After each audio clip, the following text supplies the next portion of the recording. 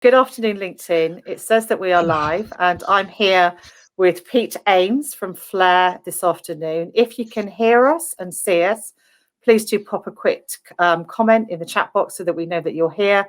You may notice I'm in a completely different location today. I'm on holiday in Waterside Bay in Cornwall, and I have this beautiful room with a lovely backdrop. So I hope, and fantastic sunshine, as I was saying to you earlier, Pete. So you showed me the picture.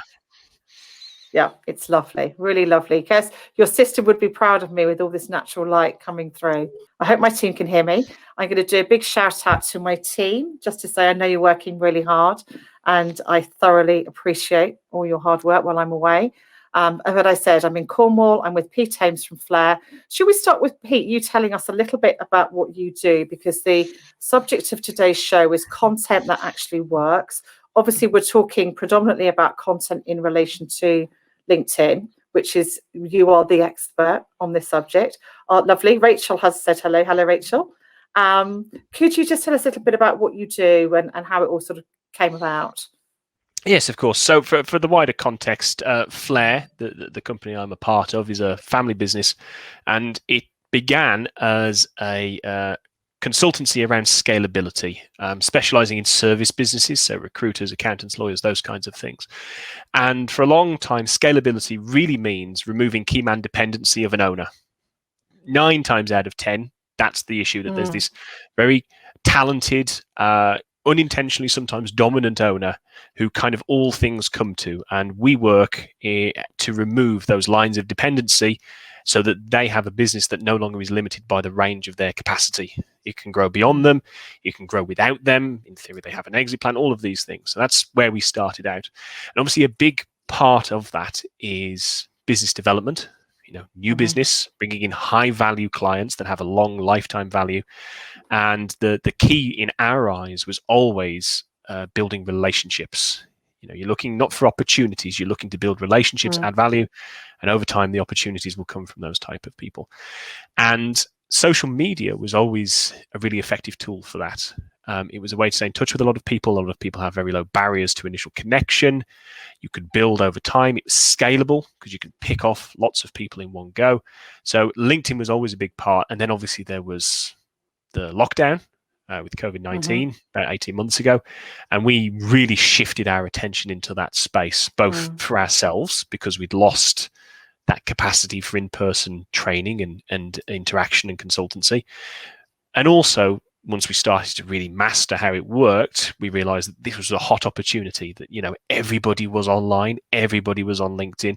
So how can we get all of our clients to achieve the same kind of interaction and slowly build that presence, that front of mind? That's what we're looking for a lot of the time, is when an opportunity comes that you would ideally fill for whatever type of service you do, recruitment in this case, then you want to be the person they think of for that. And that means consistently being present. So LinkedIn was fabulous for all of those things, and that's why we dipped into it. And roll forward 12 months now, we've got a range of courses that we do on the subject, which I think a few people who may be watching have been on. And we're expanding the repertoire there to make it more valuable. And content, not just LinkedIn, is a big piece of creating the interactions that lead to relationships, which in turn lead to business development. Now, one of the things that always comes up is, where do you start? I think people are nervous sometimes about putting content out there. They don't know what to talk about. There is a lot of perhaps criticism that LinkedIn is becoming a little bit more like Facebook's, but we all know that personal posts do work really well on this platform. So where do you begin when it comes to popping that content out there? Okay, well, I think ironically, I was doing some training this morning with an accountancy firm on exactly this subject, and we spent an hour kicking this around. So I'll try and give a concise version of what we discussed there. I think number one, and I find this really helped the group that I've worked with in the past, is to think of LinkedIn as very much like a networking event. So if you went to a networking event and you talked about nothing but what you do as a service, about how fabulous you are, about the work you've done recently. Hi, I'm Pete. I did this for this client recently. It's nice. You'll find that quite quickly people don't want to spend much time with you. If you go to a networking event, and at the moment, if we went to networking events, we'd all be talking about the football. It would come up in conversation. It would be natural. Absolutely. So exactly the same rule applies to LinkedIn. It is just a constantly ongoing professional networking event where you do talk about yourself professionally, absolutely, but in the grand scheme of things, it's probably the 80-20 rule. So 20% of what you talk about is kind of your core, your service, what you do, how great you are. And then the other 80% is being engaging, personable, let your personality out. Talk about things that your target clients are interested in. Quite often, not everybody, recruitment, not everybody is looking to recruit. In fact, they probably spend most of their time not recruiting or thinking about recruiting. So what is top of their priority list? If you go to a networking event, you would talk about those things.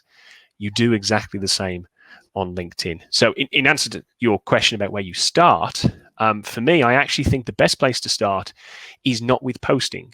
It's to start with commenting.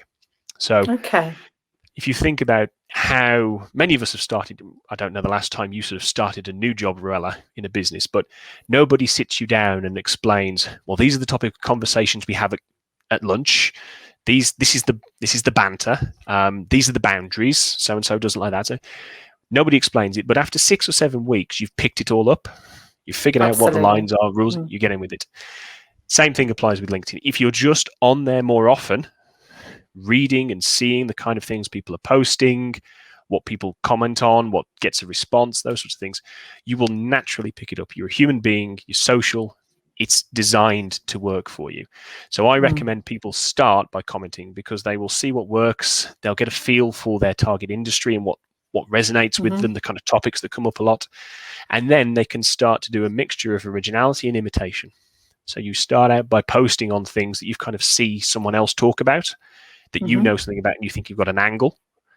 And I think that's where you move from the comments into the posting. And once you start posting, from there, you can start launching a sort of a content experience path, as it were, to chunkier and more valuable content, but in a way that's constantly safe step after safe step.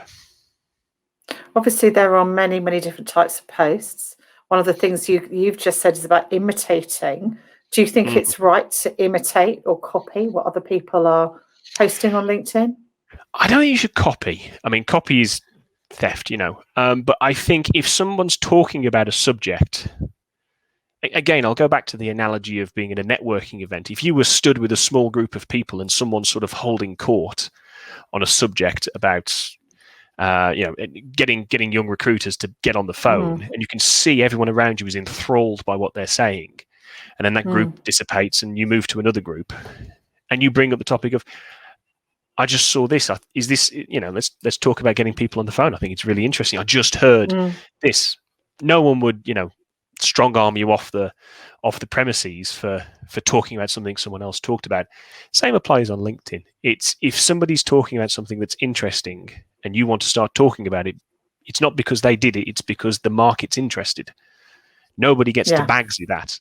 So long as you're talking with originality and you're bringing your perspective. And, if you truly if there's something so good that you just want to lift it, I think there's more space for collaboration on this platform than people realize.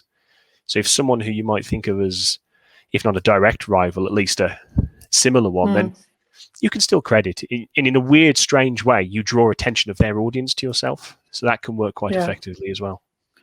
I've done that a couple of times myself. I've seen a post. I've really liked it. I've got the permission of the person who has posted it to repost it. Obviously, you want to share. You want to repost it, and that actually has also done incredibly well. But obviously, there are so many different types of posts at the moment. We have done a lot of text posts, and posts with pictures, and we do quotes and testimonials. But the thing that's working really well for us at the moment is polls. Why do you think polls are working so well in comparison to anything else? Well, I think there's probably two reasons. One, I'm almost certain that LinkedIn have put some juice in the poll engine, really.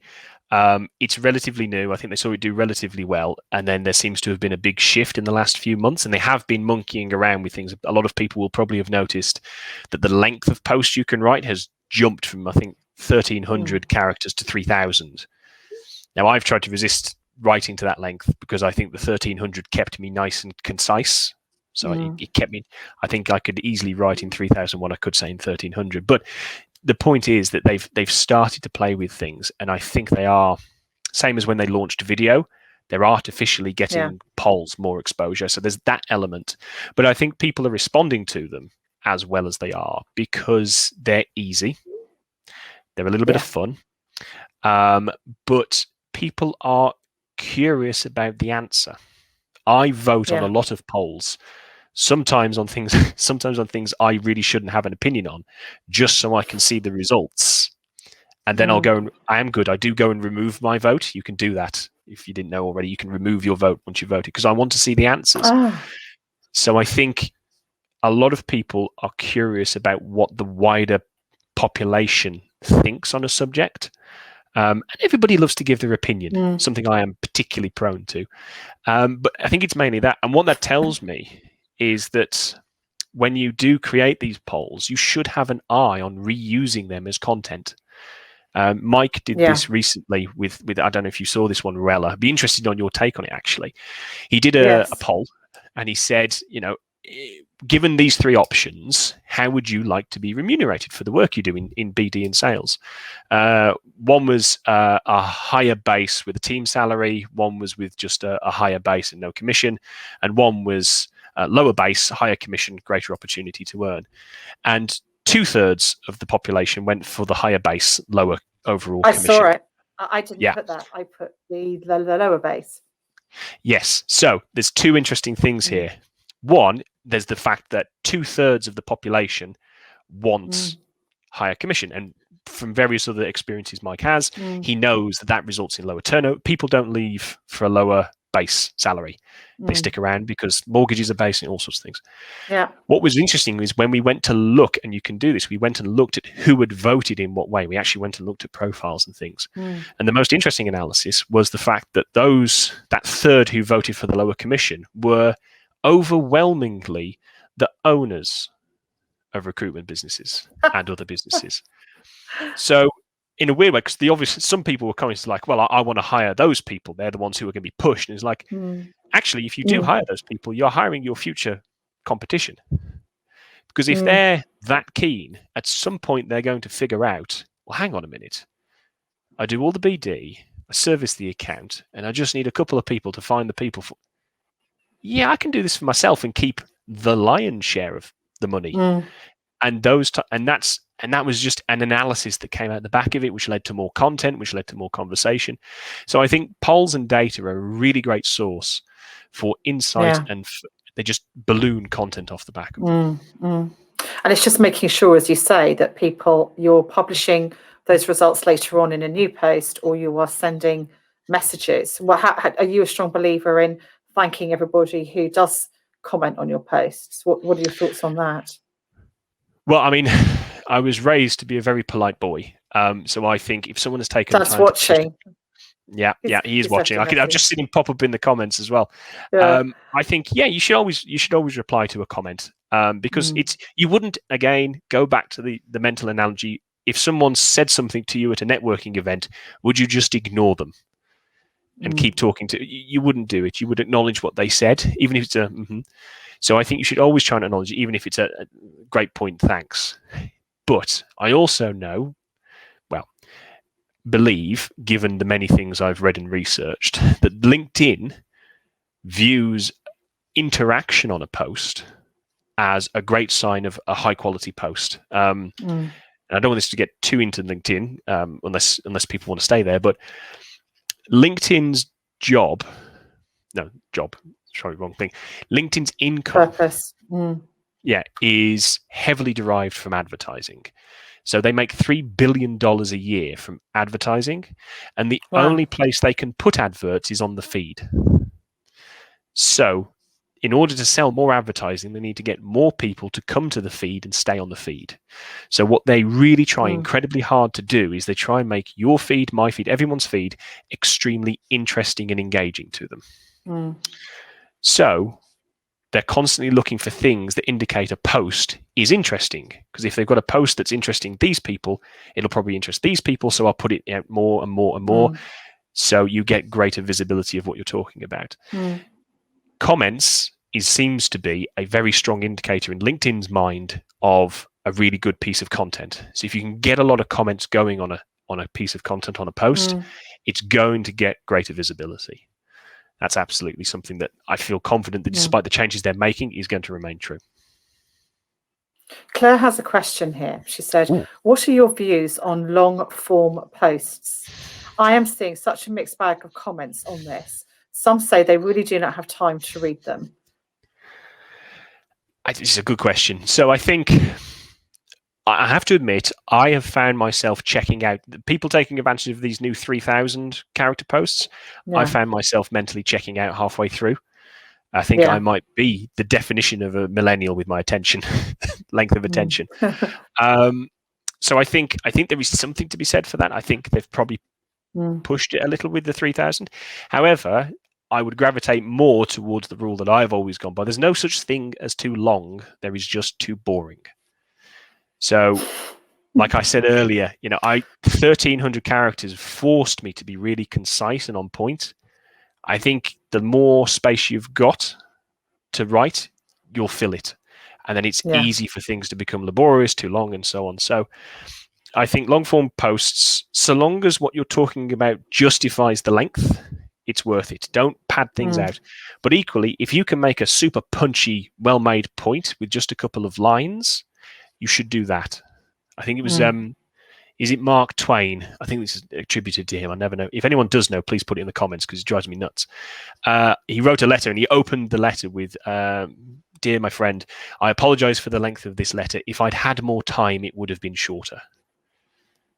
And that's, if you don't spend the time making something concise, you're asking your audience to spend the time dragging out the content. And I think asking your audience to do things isn't the fairest thing. Are there some particular points when writing these longer form posts that are particularly important to make sure you have in there to get the comments that you need to keep the post repopulating itself through the algorithm? Yeah, so it's the way I term this, I sometimes call it hacking the algorithm, and it's not. You can't hack the algorithm. LinkedIn's very hard to fool. I view it more as swimming downstream rather than trying to swim upstream. Okay. So if you do these things, you just help. LinkedIn's helping you help yourself, if that makes sense, not hacking anything. Number one, that first 150, 200 characters, it depends exactly how you put things in, where it cuts off and does the see more.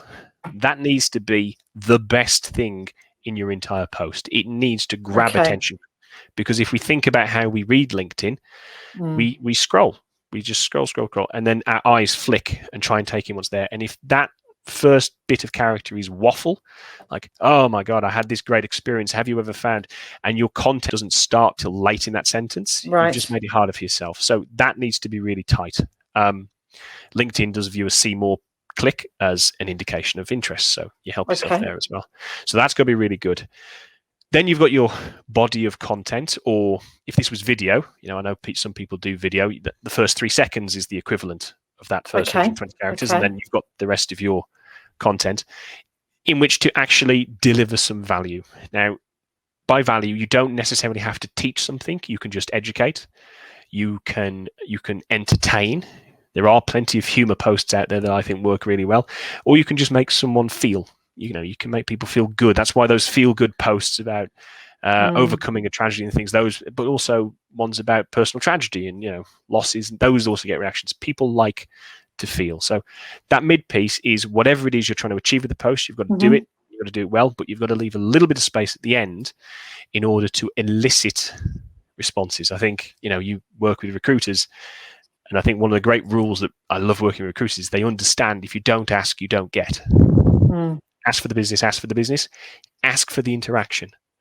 You should end on questions. You should invite people to comment in response to whatever it is you've written or spoken about on camera.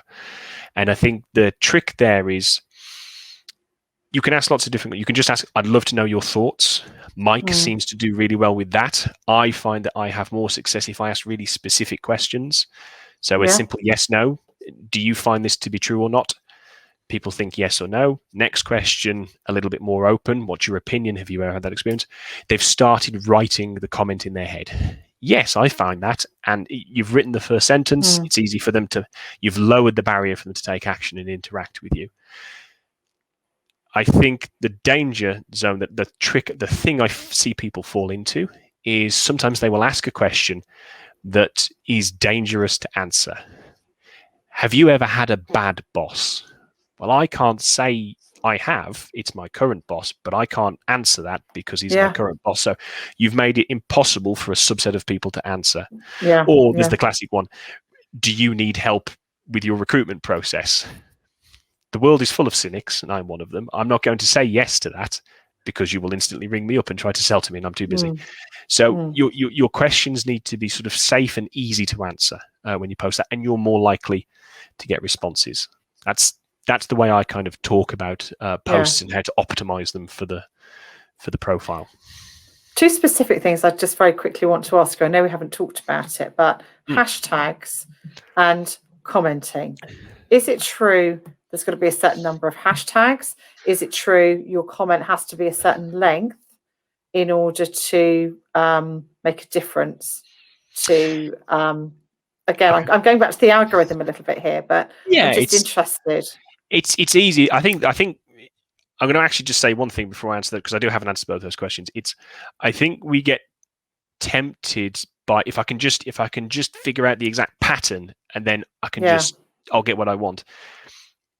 It's much easier. I've seen people incredibly successful who break every rule that I have just talked about because they are really on point with their audience. They really understand what interests their audience, and that's what they write about. And the tone they write is really authentic. You can get that it's them coming across.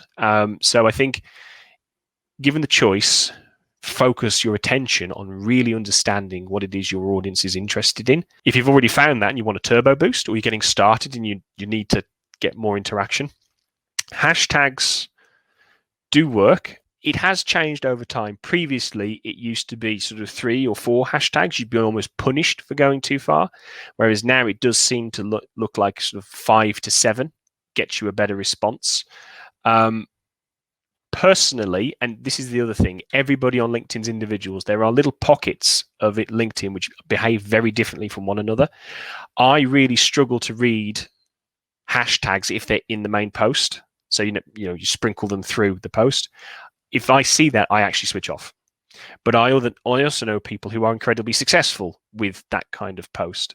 So my preference is to put the hashtags at the end, because hashtags are there to help people locate and identify content that meets a theme. It doesn't necessarily have to be in the body of the text.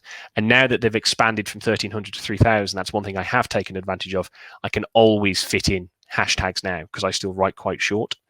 So I think do put them in 5 to 7. Just make sure that they are interesting, related to what you're talking about, and look into them. Don't just use them.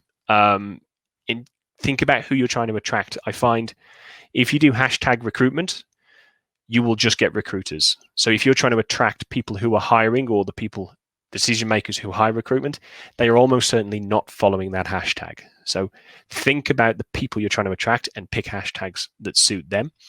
When it comes to comments, longer comments do work better. I think LinkedIn can tell. We don't know where the length is, but if you're getting comments along the lines of, hey, great post, thanks for sharing, easy short sentences, barely more than a like there's no mental effort, doesn't reference anything in your post, those aren't going to have the same impact as a 2 or 3 sentence considered answer.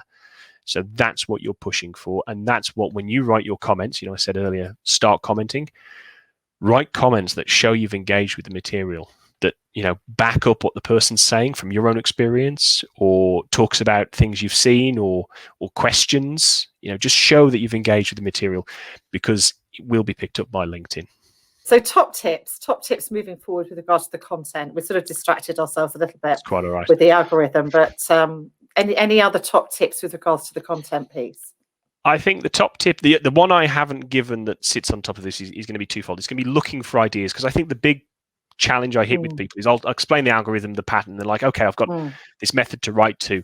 And then they sit down and that little indicator just ticks at them in an empty white box. And all of a sudden, the real question of what am I going to talk about, which is the real question. comes up. So a few pieces of advice on that. Number one, to be interesting to your audience, you have to be interested in your audience. So whatever it is they read, whoever it is they follow, whatever it is they listen to, those are the things that you should read, follow, and listen to. Immerse yourself in the world of your audience, and you can find out what they care about by asking them as well. You know, we're talking about social media here, but you're targeting people you already talk to on a regular basis, your clients, your candidates, those kinds of people. So you can quite quickly steer the conversation onto what's the most interesting thing you've read this week? Questions like that, so that you can start to get out of your bubble. Because I think we all come at the world from a very self-orientated perspective. This is the service I do. I love what I do. I want to talk about what I do. And there's a lot more to the world than that. So push yourself to really understand what other people are writing about. And then go looking online for people who supply the same group as you. You know, if you're a lawyer, you look for an accountant. If you're an accountant, you look for a lawyer. If you're a recruiter, you can look at both of those because they appeal to the same ones. And look for people who are successful. What are they talking about that your target market engages? And look in the comments, look in the likes to see people that you're after and see what they respond to. That makes a huge difference because you start with a strong idea of what will get a reaction and you have a perspective and an opinion on it and then start talking about it. So that's number one. As you do that and as you are on LinkedIn commenting more, you're going to get more and more of an idea of the kind of things that get a response. And at some point, there will be almost like a little switch in your head. And all of a sudden, a little voice, which hopefully doesn't sound like my dulcet brummy tones, will start going, there's a post there. That's a post. And you will think, I'll remember in the comments. that. Yeah, I'll remember that. And you won't. You won't remember that. Instead, and this is something I started doing off the back of a client who advised me this is how he works. I was like, brilliant. Start writing it down somewhere. I have on my phone a little Google Keep note, which is the note-keeping app on Android, where as soon as it occurs to me, or I write it down. After this, I've already had a couple of things occur to me. I will write them down. Kirsty, who I think you've had before, my colleague and sister, she emails herself. So she just sends it in the subject line and then she's got a little folder and she just goes to that and she plucks them out. So whatever it is, when they occur, send them to yourself. And quite quickly, you will have lists of 10, 15, 20 things that you could write about. And then set aside some time and just write your posts out en masse. 2 or 3. You don't want to go too far ahead that you lose zeitgeist and things, but write them out in one go and then store them somewhere and then post them nice and quick and easy, sort of first thing in the morning. That, I think, has been the biggest difference to my LinkedIn experience that I can share with other people. And then I'm going to say exactly the same thing I said as the first tip. Just remember to be interested in what other people are interested in. And it gets much, much easier to come up with good content ideas. Yeah, and I think something you said earlier when I was choking, which is about the authenticity part. I think if you are your authentic self on LinkedIn, whether you're writing something from a business or personal perspective, it definitely does shine through. And I love the piece about the comments. I mean, I actually take photographs of my comments that come up and that I think could be posts moving forward. So if someone's commented on a post of ours, I take a photo or I take photos of other posts on LinkedIn and then try and use them in a slightly different way. So I love Karen's put here that she does now, thanks to you, she does now keep notes of everything that she sees that she thinks is relevant moving forward. There is so much to this subject. Annette is just saying thank you very much. I also have a draft email in my folders where I copy URLs from other posts that I can read and refer back to. So that's another really, really great tip. Anything to sort of finish off with, your final top tip for us today in terms of this content piece? I think I would come back with content. The goal of content is to create interactions. You're looking to interact with people. And you're using those interactions to build a relationship. And once you've got that relationship, that is what gets you the permission to ask for work, start to do an informal pitch, those kind of things. There is a whole other world of content that tries to win work, sort of this inbound content. It's hard to do, specific circumstances. This version can be done by anybody because you're doing two things. you're effectively making friends and then you're pitching to them rather than trying to get your content to get you to the business at the end. So having said that, focus on that, create relationships, and the work will come off the back of it, so long as you're proactive in that final step. And now and then you will break lucky and someone just comes to you. It's really great advice. Thank you so much. It's so important, because this is a platform that is effectively free. And if we use it effectively, we can get some great results from it. So really appreciate all your top tips. It's been a pleasure to be here. Thank you. Lovely. Speak to you soon. Speak to you Thanks, soon. everybody. Bye.